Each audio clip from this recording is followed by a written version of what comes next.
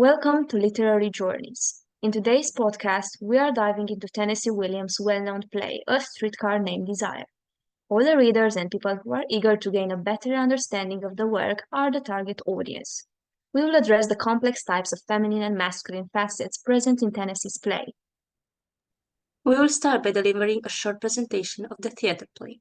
Upon her arrival in New Orleans, Blanche Dubois settles into the home of her sister Stella Kowalski, but she does not anticipate the situation that gradually reveals itself to her. During her stay there, from the beginning of the play, it is shown that Stella has chosen to marry Stanley Kowalski, who is obviously inferior to her, and to live in a cluttered and small apartment.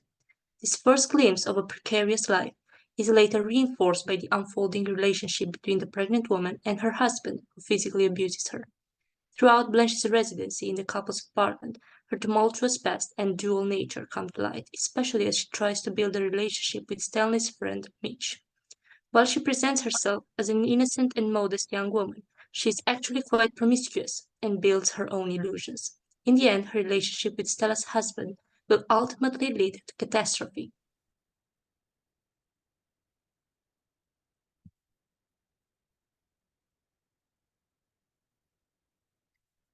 Now, let us dive into our analysis with the most complex type of character.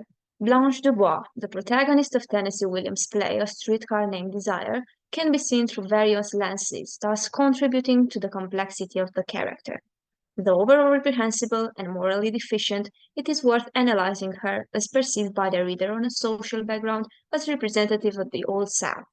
The past is never dead indeed, and nor should it be, but the problem is when it poses a social problem and displacement. The Old South refers to the pre-Civil War era, and we talk about a society built on aristocratic values, chivalry, and a rigid class structure. Blanche embodies many aspects of this era, particularly through her background, behavior, and ideals. And here we have a quote from critic Harold Bloom that describes best the situation. But Blanche's past, which buried the private identity she seeks to restore, that of the daughter of the family, more tender and trusting than anyone, under the public mask of a profligate, becomes a means by which Stanley can banish what he perceives as her ornate pretensions and return to his household its pure language, a language of ecstatic shrieks and violent shouts, a language to which his wife, unlike her sister, seems well accustomed. Despite her family's decline, she clings to the manners and airs of a Southern belle, reflecting the fading aristocratic ideals of a bygone era. Blanche's personal history mirrors the decline of the Old South. Her family's plantation, Belle Reve, was lost due to financial mismanagement and death. Upon her arrival at the Kowalski apartment in the opening scene, one can infer that she is an outsider, or at least that is how we are inclined to perceive her. She is taken aback to find that the reality of her destination, Elysian Fields, does not match the idealized literary depiction of literary she had previously embraced. Having devoted her teaching career to imparting respect for literary giants like Hawthorne, Whitman, and Poe to young minds, Blanche relies on literary references to anchor herself amidst the disorientating environment of Elysian Fields, as she describes her disillusionment to Stella. Never, never, never in my worst dreams could I picture. Only Poe, only Mr. Edgar Allan Poe could do it justice. Her insistence on maintaining appearances and her disdain for those she perceives as beneath her highlight her attachment to these old-fashioned values. She tells her sister that, "You haven't said a word about my appearance." Blanche stands out due to her elegant attire, a delicate white suit with a fluffy bodice accessorized with pearl necklace and earrings and white gloves. This attire contrasts sharply with her surroundings. Additionally, William's depiction hints at her uncertain demeanor, which, coupled with her white clothing, draws a comparison to a moth, suggesting a fragility and vulnerability akin to the insect's delicate nature. She tries to assert her superiority and maintain her facade of gentility despite her circumstances. Deliberate cruelty is unforgivable, and the only thing of which I have never, ever been guilty of.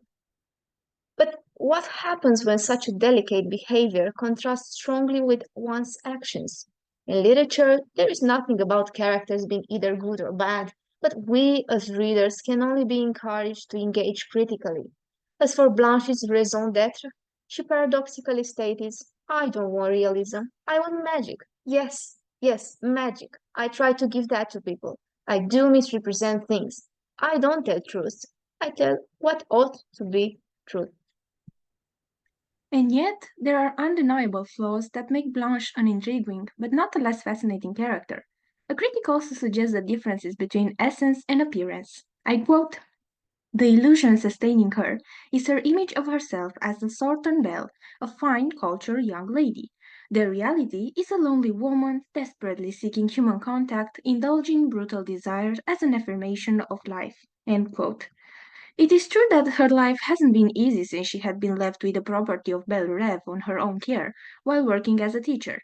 All this big responsibility, the loss of her plantation, of the people that she loved, and more importantly, of her beloved partner from youth, had marked her character into something that is hidden behind elegant clothes, long bats, and a dreaming, charming attitude.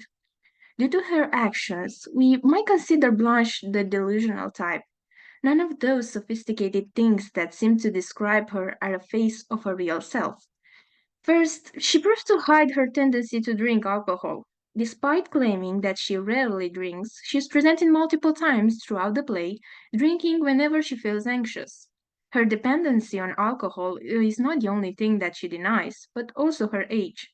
Whenever she talks to men, like Stanley and Mitch, she presents herself as being younger, under 30 years old, regardless of the fact that it is her real age. This veil of delusion that she created around herself is deliberately made in order to get the attention of men, as she is the one saying that, and I quote, "A woman's charm is 50% illusion." Beside all, this act is a way of getting closer to Mitch, the man who caught an interest in her. Because of her previous trauma, she is now seeking protection and comfort in others, but at the price of a lie. Only with her sister Stella she decides to be truthful, as she declares while talking about Mitch, I quote, "I haven't informed him of my real age. What I mean is, he thinks I'm sort of prim and proper, you know.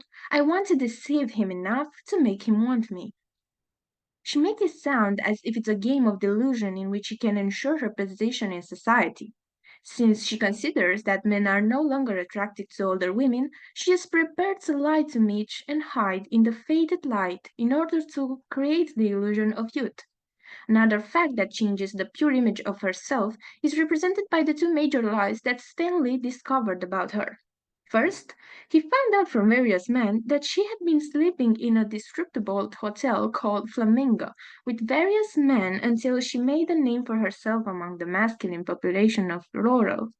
The second lie is related to the reason why she stopped teaching English in the middle of the semester. Even if she said in the beginning that she gave up, Stanley informers discovered that she was fired because she got herself mixed up in a relationship with a teenage boy.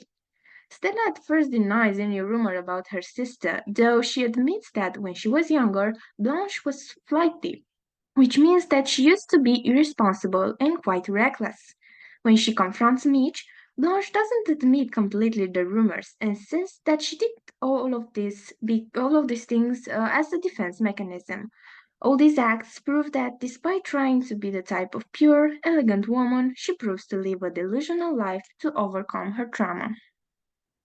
Since we discovered the discrepancy in Blanche's temper, we can also identify another type of character by looking at her sister. We know that sisters tend to be different, but let's see how these differences manifest here. In a way, Stella Kowalski, Blanche's younger sister, serves as a bridge between Blanche's bygone era, embodied by Belle Reve, and the current circumstances unfolding in New Orleans. This makes her a connector of sorts between a once upstanding past and the presently impoverished reality that she willingly embraces. Stella is married to Stanley Kowalski, Polish by origin, born and raised in America, as he himself states. Stella's position is difficult to convey, given that she seems seemingly superior in the world in which she lives, but fundamentally, as the narrative progresses, we notice that Stella is, in fact, a victim of domestic violence, unable to break away from the man she lives with.